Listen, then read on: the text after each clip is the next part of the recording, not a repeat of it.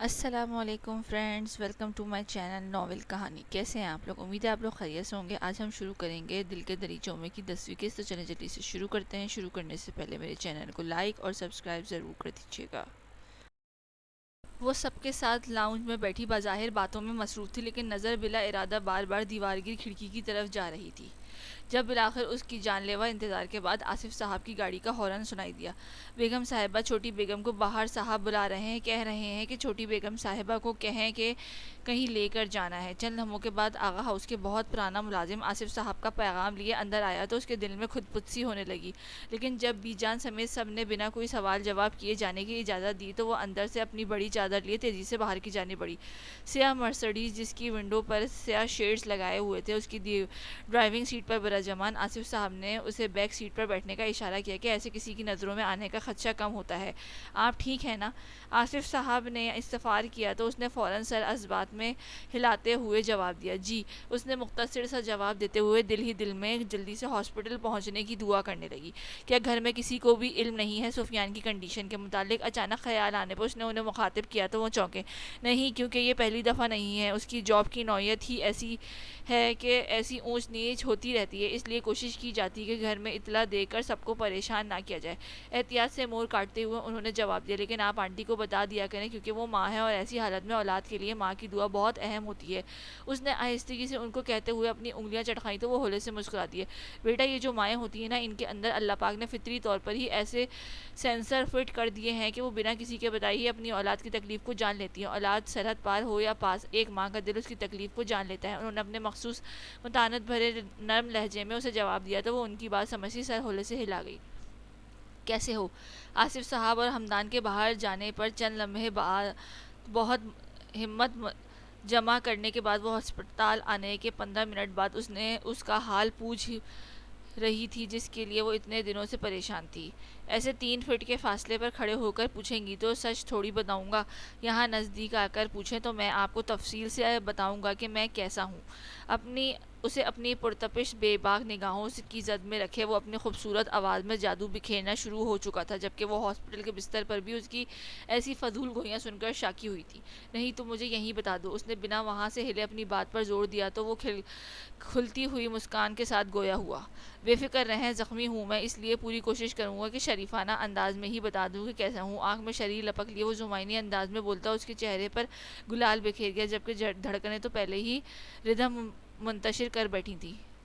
ارادہ تو یہی ہے کہ فقط بات کریں، لیکن پچھلی ملاقات کی مانند بہک گئے تو معذرت۔ اس کے گلال ہوتے چہرے کو دیکھ کر اس نے خمار آلود لب و لہجے میں کہا تو اس کے رگ و پے میں سنسنی سی دوڑ گئی، جبکہ دل گویا کانوں میں دھڑکنے لگا۔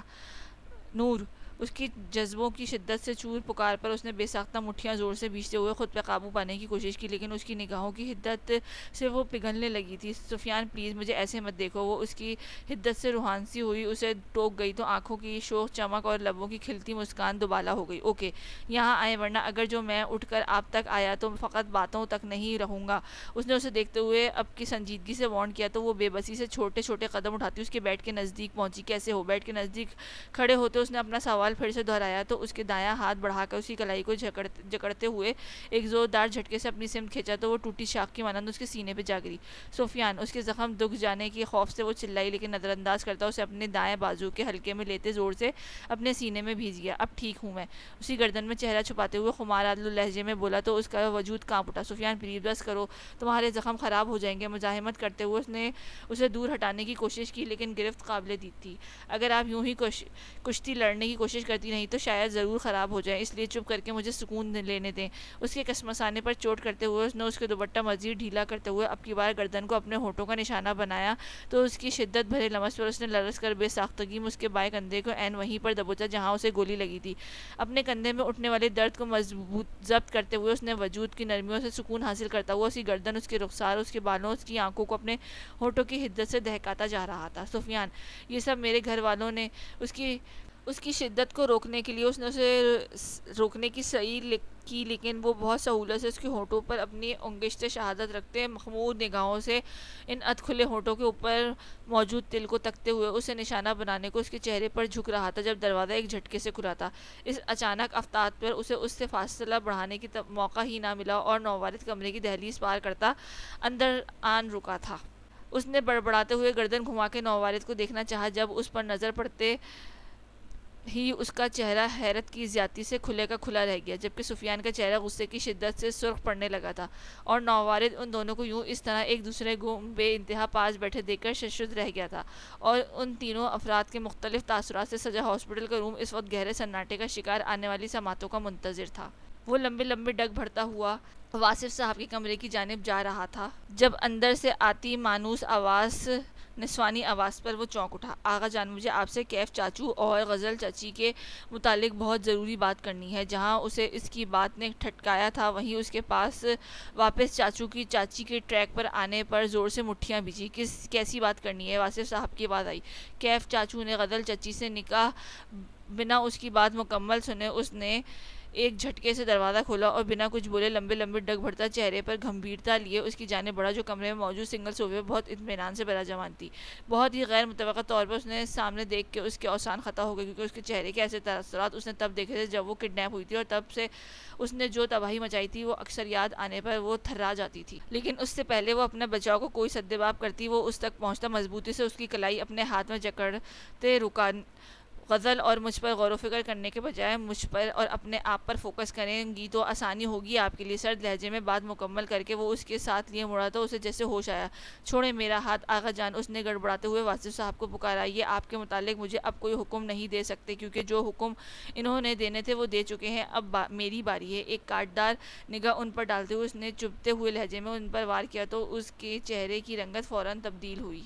آپ آغا جان سے کیسے بات کر رہے ہیں؟ ان کی ٹون پر فوراً برا مناتی وہ خفگی سے بولی تو اس کی گردن پر ایک جانب گھماتے ہوئے بہت توجہ سے اسے دیکھا، جو اس کی گرفت میں کلائی آزاد کروانے کی کوشش کرتی شدید خفا نظر آ رہی تھی۔ آپ کو اس بات کی فکر کرنے کے بجائے اس کے بات کے متعلق سوچ وچار کرنی چاہیے کہ میں آپ سے کیسے بات کرتا ہوں۔ کھلے دروازے سے باہر نکلتے ہوئے اس نے گمبھیر آواز میں سرگوشی کی تو اس کے اس انداز پر نہ چاہتے ہوئے بھی اسے گھبراہٹ ہوئی۔ ہاتھ چھوڑیں میرا، اس نے ایک دفعہ پھر سے اپنی کلائی کھینچنی چاہی، مگر وہ گرفت مضبوط رکھے دائیں جانب مڑ چکا تھا۔ میں شور مچا دوں گی، میرا ہاتھ چھوڑیں کیف عادتاً اس کے ہونٹوں پر دوبارہ وہی الفاظ پھسلا تو اگلے ہی لمحے اس کے ہونٹوں پر واشگاف سی چیخ بلندی آئی، کیونکہ جو اس کی کلائی تھامے ہوا تھا اس کو بہت سرت سے گھما کر اس کی پشت سے لگاتے اپنے اور اس کے ہاتھ کے دباؤ میں اپنی طرف کھینچتا تو لچکیلی ڈھال کی مانند اس کے سینے سے جا لگی تھی۔ عریشہ ملک، میرے اندر جو مرد سویا ہے اسے مت جگایا کریں، کیونکہ اس کے جاگنے سے 10 سال کی پناہ جذبات کو شرمندگی آپ برداشت نہیں کریں گی۔ اسے اپنے بے حد نزدیک کیے وہ اس پر جھکا، پرتپش لہجے میں بولا تو اس کے الفاظ اس پر متضاد سانسوں کی بے لگام لپک پہ وہ سانسیں تک نہیں روک گئی تھی۔ اس لیے آپ کے لیے بہتر ہوگا کہ چاچو کا دم چھلا ہٹا کر مجھے میرے نام سے پکاریں، کیونکہ جب میں نے آپ کو باور کروایا کہ میں آپ کا چاچو نہیں شوہر ہوں تو میں اب کی بار الفاظ کا سہارا ہرگز نہیں لوں گا۔ گمبھیر لہجے میں بولتا وہ اس کے فخر پڑتے چہرے پر مزید جھکا تو اس کے انداز کی شدت پر خوفزدہ ہوتی عریشہ نے بے ساختہ پلکیں موندی۔ کیف جو اس کے چہرے پر جھکا اس پر اپنی نظریں جمائے ہوا تھا، اس کے اس بے ساختہ حرکت اس کا دل زور سے دھڑکا تھا۔ اس کی قربت کے خوف سے سفید پڑتی رنگت، تھرتھراتے سرخ لب، بھرے بھرے رخساروں پہ سایہ فگن کانپتی ہوئی پلکیں اور لرزتا ہوا نازک اور مدہوش سراپا، اسے دیکھتے اس کے جذبات میں منہ جوڑ لہر سی دوڑ گئی تھی، جسے بمشکل دباتے ہوئے اس نے ہولے سے سر جھٹکا۔ آپ آنکھیں کھول سکتی ہیں، لیکن اگر آپ نے غزل کے متعلق کسی سے کوئی بات کی تو جو کچھ سوچ کر آپ نے ابھی پلکیں موندی ہیں وہ کرنا میں ایک منٹ نہیں لگاؤں گا۔ جذبات کی شدت سے بوجھل ہوتے لہجے میں کہتا وہ اس کی ریڑھ کی ہڈی تک کو سنسنا گیا۔ ایک جھٹکے سے اس کی آنکھیں کھولتے ہوئے اس نے اس کی جانب دیکھا تھا، جو اسے آغا جان کے کمرے کی دائیں جانب لیے قدرے سنسان کونے میں کھڑا تھا، جہاں کوئی نہ آتا تھا۔ آپ سے اور توقع بھی کیا کی جا سکتی ہے؟ غزل سے زبردستی نکاح کر لیا اور میرے سے نکاح کرنے سے قبل انکار کرتے رہے، اور نکاح ہوتے ہی آپ کے اندر شوہرانہ ہڑک جاگ اٹھی ہے۔ پوری قوت لگا کے اس کی گرفت سے خود کو آزاد کرواتی وہ تلخ لہجے میں بولتی اس سے دور ہٹی، جبکہ اس کی بات پر اس کے دل میں چبھن سی ہوئی تھی۔ اس پر احساس ہوا تھا کہ سب کچھ ایک ساتھ ٹھیک رہنے کے لیے اپنا آپ، اپنا کردار، سب کچھ مسنخ کرنا پڑتا ہے۔ آپ شکر کریں کہ اس ہڑک کا ہلکا سا اثر بھی آپ پر نہیں پڑا، وگرنہ جو آگ اس دل میں لگی ہے وہ آپ کے دل کو جلا سکتی ہے۔ گہری نگاہوں سے اسے دیکھتے ہوئے اس نے بھاری لہجے میں کہا تو وہ ایک شاکی نگاہ اس پر ڈالتی بنا کچھ کہے پلٹی تو ہلکی سی آواز پر کیف نے نظر جھکائی تو خوبصورت چمکتی آنکھوں کی چمک دوبالا ہو گئی۔ ایک نظر تیز تیز قدموں سے فرحین بیگم کے کمرے کی طرف جاتی عریشہ کی پشت پر ڈالی، وہ پھر دوسری طرف اس کے کیچر پر ڈالی، جو حسب معمول وہ بے نیازی سے ایک دفعہ پھر سے گرا چکی تھی۔ اور یہ بات وہاں کھڑے کیف ملک کے علاوہ کوئی نہیں جانتا تھا کہ عریشہ ملک کے کیچرز، جنہیں وہ بالوں سے لگا کر انہیں ہاف کھلا چھوڑتی تھی ان سے پھسل کر کیف کے خفیہ لاکر کی زینت بنے ہوئے تھے۔ تو تم یہاں کیا کر رہے ہو؟ سفیان کی بھنائی ہوئی آواز نے ہاسپٹل کے اس روم میں چھائی ہوئی آکورڈ سی خاموشی کو توڑا تو نور ہڑبڑاتی ہوئی اس کی گرفت سے نکل کر اٹھنے کی کوشش کرنے لگی۔ آیا تو میں تمہاری عیادت کے لیے تھا، لیکن تمہاری بےہودہ حرکتیں دیکھ کر اندازہ ہو گیا کہ اب تم بالکل ٹھیک ہو چکے ہو۔ نور جو اس کے پاس سے اٹھنے کے چکروں میں تھی، نووالد کو سفیان کو سنائے گئے طنز یا جواب پر اس کے کانوں سے گویا دھواں نکلنے لگا، جبکہ ٹانگیں بوجھ سہارنے کے قابل نہ رہی تھی۔ تبھی وہ چپ کی رہ گئی۔ دیکھ چکے ہو نا کہ میں بالکل ٹھیک ہوں، تو پھر یہاں سے دفان ہو جاؤ۔ ایڈیٹ، تمہیں کسی نے بتایا نہیں کہ میاں بیوی کی پرائیویسی میں نہیں گھستے؟ سفیان جیسے بے باک اور بلنٹ شخص کے لیے ایسی عین موقع پر اس کی انٹری ہرگز ہضم نہیں ہو رہی۔ تبھی وہ ہنوز تپے ہوئے لہجے میں گویا ہوا تو اس نے نزدیک بیٹھی نور کا دل چاہا وہ شرم سے کہیں ڈوب جا مرے۔ نہیں، کیونکہ مجھے آئیڈیا نہیں تھا کہ تمہارے ہاسپٹل روم سے بیڈ روم میں فرق کا پتہ نہیں، اور اگر سیر تھا تو مقابل سوا سیر تھا، اور ان دو ڈھیٹوں اور بے شرموں کے بیچ وہ جو پس رہی تھی، وہ بیچاری سر جھکائے اپنی ہتھیلیاں رگڑتے ہوئے وہاں سے غائب ہونے کے لیے دعائیں مانگ رہی تھی۔ اب تمہارے جیسے شخص کو اس سے کیا فرق پڑتا ہوگا جس کی دنیا ہی بیڈ روم تک محدود ہے؟ تپانے والے انداز میں کہتے ہوئے اس نے اطمینان میں دایاں ہاتھ سر کے نیچے رکھا تو نور اس کا اطمینان اور مقابل کھڑے شخص کا ضبط دیکھ کر رہ گئی۔ کیسی ہو نور آپ؟ اس کی فضول گوئی کو وہ اس وقت نور کے سامنے تول نہیں دینا چاہتا تھا، اس لیے اس پہ بے نیازی کی لعنت نچھاور کرتے ہوئے اس نے رخ اس کی جانب موڑا جو پزل ہوتی بہت پیاری لگ رہی تھی۔ الحمدللہ، اس نے مدھم سے لہجے میں مختصر سا جواب دیا۔ میری بیوی کا نام مت لو، بلکہ بھابھی کہہ کر بلاؤ اسے۔ جب اس کی بے نیازی برداشت نہ ہوئی تو تنک کر بولتا اس کی گفتگو میں مخل ہوا۔ جب میں تمہیں بھائی ہی نہیں سمجھتا تو نور کو کس خوشی میں بھابھی کہوں؟ آئیبرو چکاتے ہوئے اس نے تیکھے چتونوں سے استفسار کیا تو اب کی بار نہ چاہتے ہوئے ایک مدھم مگر دلکش سی مسکان نور کے ہونٹوں پر جھپ دکھلا کر غائب ہوئی تھی۔ جی، اور مورخ لکھے گا کہ ایسا شخص بھی گزرا ہے جو اپنی بیوی کو اس کے نام سے مخاطب کرنے سے ہچکچاتا ہے اور دوسروں کی بیویوں کے دھڑلے سے لام لیتا ہے۔ اس کی بات پر تپے ہوئے لہجے میں بولا تو اس نے بے ساختہ ہجل ہوتے ہوئے ایک گھونسا اس کے منہ پر مارا تو وہ چیخ اٹھا۔ تم ٹھیک ہو؟ اس کی چیخ سن کر وہ جو اس سے فاصلہ بنا کر بیٹھی ہوئی تھی تڑپ کے اس سے قریب آئی۔ ویر یار، ایک عدد اور مکہ مارنا۔ اسے قریب آئے وجود کو گہری نگاہوں سے دیکھتے ہوئے شرارت سے گویا ہوتا اس کا وجود شرم سے پل بھر میں دھک گیا۔ یہ کیا ہوا؟ وہ جو اس کے نزدیک اب آیا تھا، اس کی سرمئی رنگت کی شرف کو کندھے پر نم پایا تو بے ساختہ ہاتھ لگا کر پوچھنے لگا، لیکن جب ہاتھ پہ خون کی نمی دیکھی تو آنکھوں میں تشویش کے رنگ چھا گئے۔ مورخ شاید یہ بھی لکھے گا کہ ایک بدتمیز اور بے باک شخص بھی گزرا ہے جو رومانس کرتے ہوئے اپنے زخموں پر رستے خون سے بھی بے نیاز زی برت لیتا ہے۔ لہجے میں فکر مندی سمے وہ بظاہر تنگ کرنے کے لیے بولتا اس کی شرٹ کندھے سے ہٹانے لگا تو نور کی آنکھیں نم ہونے لگی۔ نہیں، مورخ ایسی بکواس نہیں لکھتا ہے۔ اس کی بات کو چٹکیوں میں اڑاتے ہوئے اس نے آنکھ کے اشارے سے اسے نور کی طرف متوجہ کیا اور اس کے سامنے اس کے زخموں کو دکھانے سے منع کیا۔ نور، آپ واپس بھی آصف انکل کے ساتھ جائیں گی؟ اس کے اشارے کو سمجھتے ہوئے اس نے شرٹ کا بٹن واپس سے بند کیا اور کرسی پر بیٹھتے ہوئے نور کی طرف متوجہ ہوا جو آنکھوں سے نمی اور تشویش لیے سفیان کو ہی دیکھ رہی تھی۔ جی، لیکن وہ ابھی کچھ بولنے ہی لگی تھی کہ بند دروازے پر ہولے سے دستک دے کر سفیان کا ایک کانسٹیبل اندر داخل ہوا۔ سر، پولیس آپ کا بیان لینے آئی ہے۔ اس کی اطلاع بہم پہنچانے پر نور کا چہرہ پھک پڑا۔ بے ساختہ آنکھوں کے سامنے باپ، دادا، بھائیوں، کوزنز کے چہرے گھومے تو دل بے چین ہوا۔ اب پولیس والوں سے یہ پولیس والے بیان لیں گے؟ ایڈیٹ، بڑبڑاتے ہوئے وہ سٹنگ پوزیشن میں سیٹ کیے ہوئے بیڈ پر تکیے سے ٹیک لگا کر نیم دراز ہوا۔ نور کو لے کر سائڈ پر ہو جاؤ۔ اس نے نور کی طرف اشارہ کیا تو وہ مرے قدم اٹھاتی جو اس سڑک پر آغا ہاؤس چھوڑ کر آیا تھا کے ساتھ اس کے روم کے دوسرے روم کے ملخطہ دروازے کے پیچھے جا کھڑی ہوئی۔ آئی ایم سوری، لیکن اندھیرے کے باعث میں حملہ آوروں کو دیکھ نہیں سکا، اس لیے کسی پر کوئی پختہ الزام نہیں لگا سکتا۔ وہ جو دروازے کے پار کھڑی اس کے سپاہیوں کے ساتھ ہوئی گفتگو کو بے چینی سے سن رہی تھی، اس کے اس جواب پر بری طرح سے چونکی، کیونکہ یہ بات وہ بھی جانتی تھی کہ اس پر حملہ کرنے والے کون تھے اور پھر اس کے جھوٹ کیوں بولا، جبکہ اس کی سوچوں سے بے نیاز سپاہیوں کو واپس تکیے پر سر ٹکاتے ہوئے اپنے سسرالیوں کو اپنی جوابی تحفہ دینے کے لیے بے قرار تھا۔ وہ کچن میں کھڑی مہابیر کے لیے لنچ تیار کر رہی تھی جب اس نے ہال میں اچانک بہت سارے لوگوں کی آوازیں سنی۔ اس نے اندازہ لگایا کہ شاید باہر مہمان آئے ہیں، تبھی وہ تیزی سے ہاتھ چلاتے ہوئے اپنا کام مکمل کرنے لگی۔ تسلیم، لنچ جلدی سے تیار کرو، مہمان آئے ہیں۔ وہ ٹرے سے لنچ سجا رہی تھی جب نیہا تیزی سے کچن میں آتی بولی، لیکن سامنے اسے دیکھ کر ناگواری سے لب بھیج لیے۔ اسے نہ جانے کیوں کشمالہ چننے سے اس قدر چڑ تھی کہ اس کا دل چاہتا وہ اس چادر میں چھپی عام سی لڑکی کو مہابیر شاہ کے کمرے سے نکال کے دور کہیں سمندروں کی تہہ میں دفنا آئے۔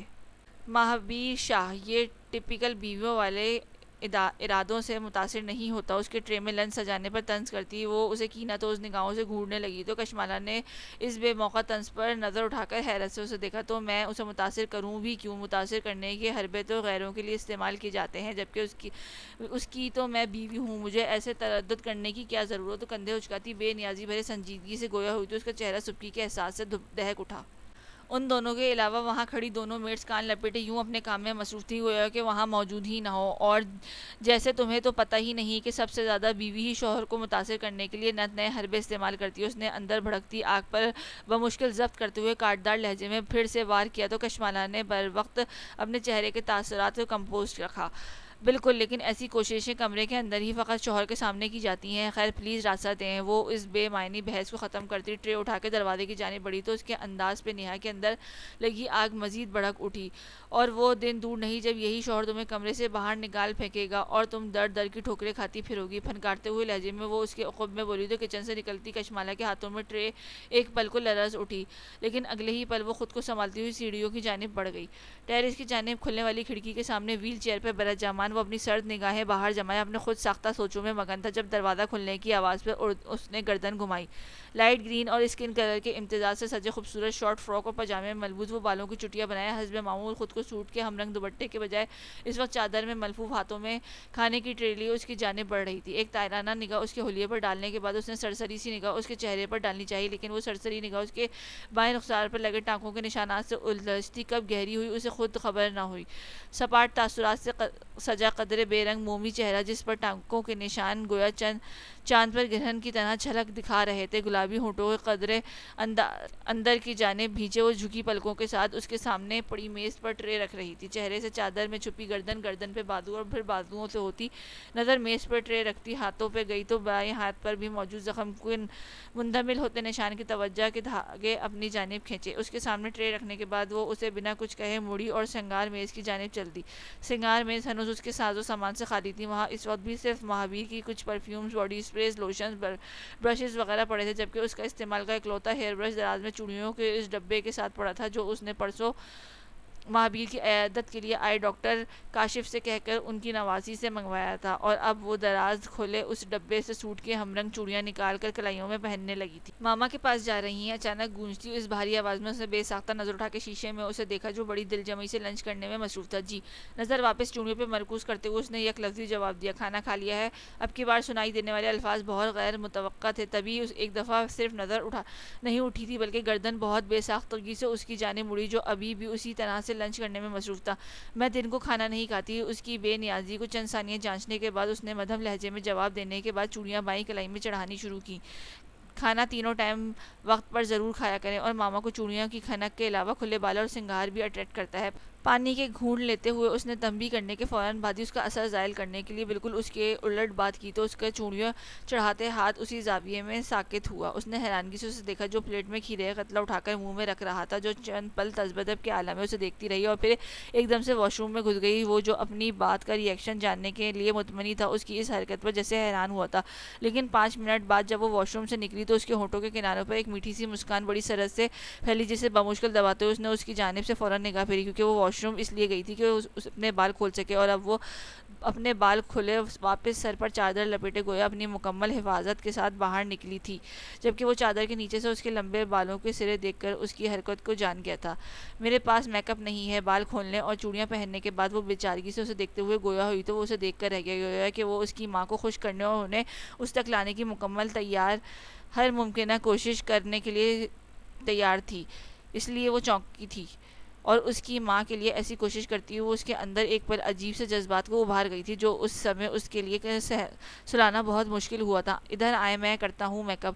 گہری نگاہوں سے سر تا پیر اس کا مکمل جائزہ لینے کے بعد وہ سنجیدگی سے اسے دیکھتے ہوئے بولا تو کشمالہ نے حیرانگی سے اسے دیکھا اور پھر اس کے ارد گرد دیکھا کہ آیا میک اپ کہاں تھا، مگر جب ہنوز اسے اپنی جانب محو انتظار پایا تو گنگو کی حالت میں چلتی ہوئی وہ اس کے نزدیک گئی جو 2-4 منٹ قبل لنچ مکمل کرنے کے بعد میز سے ویل چیئر کو دور دھکیل چکا تھا۔ تو مجھے میک اپ کٹ دے دو، میں خود کر لوں گی۔ اس کی ویل چیئر سے 2 قدم کے فاصلے پر ٹھہرتی ہوئی وہ سنجیدگی سے بول رہی تھی جب اس نے لپک کر اس کی دائیں کلائی تھامی اور ایک جھٹکے سے کھینچ کر اسے اپنی آغوش میں بٹھایا تو وہ اس اچانک افتاد پر بوکھلا اٹھی۔ یہ تم کیا؟ وہ اس کے ہونٹوں سے نکلنے والے الفاظ کو خود میں سمیٹتے ہوئے وہ اس پر جھکا، اس کی سانسیں تک رک گیا۔ وہ جو اس کی پہلی حرکت پر ہی سنبھل نہیں سکی تھی، اس کی اس حرکت میں ایسے کی گئی بے باک گستاخانہ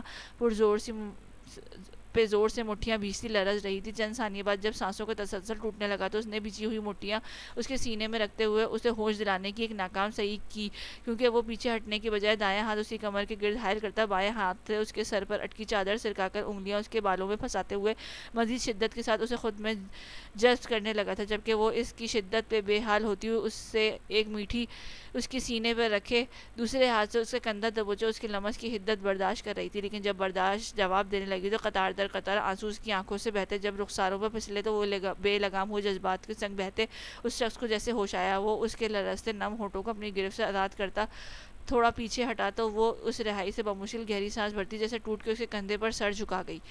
ماں کو جا کر بتا دینا کہ اب ان کے بیٹے کی بیوی ہیں تو وہ مصنوعی میک اپ اس کے رنگوں کے بجائے آپ کے چہرے پر پھیلنے والے ان رنگوں سے زیادہ خوش ہوں گی۔ اس کی گردن کے گرد اور بالوں میں ہنوز ہاتھ پھنساتے وہ اب بہت نرمی سے اپنے کندھے پر سر ٹکائے کشمالہ کے رخساروں کو چھوتے ہوئے اپنے لمس کی حدت سے دہکاتے سرخ رنگوں میں نہا رہا تھا۔ مہابیر پلیز، تم میرے پاس ایسی حرکتیں نہیں کر سکتے، میں تمہاری ٹیچر ہوں۔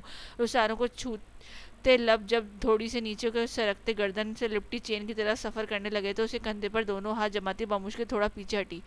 آپ مجھے فیل کر دینا، بے نیازی سے کہتے ہوئے اس نے ہولے سے اس کی تھوڑی کے چھوتے ہوئے اسی گردن اپنی گرفت نرم کی تو وہ لرزتے قدموں کے ساتھ بہت سرا سے اس کی آغوش سے نکلی۔ اس سے دور ہٹتے ہی اس نے بے ساختہ نظر ڈریسنگ میرر پر پڑی تو اپنا حلیہ دیکھ کر اسے کانوں میں جیسے دھواں نکلنے لگا، جبکہ دل گویا ہاتھوں میں دھڑکنے لگا۔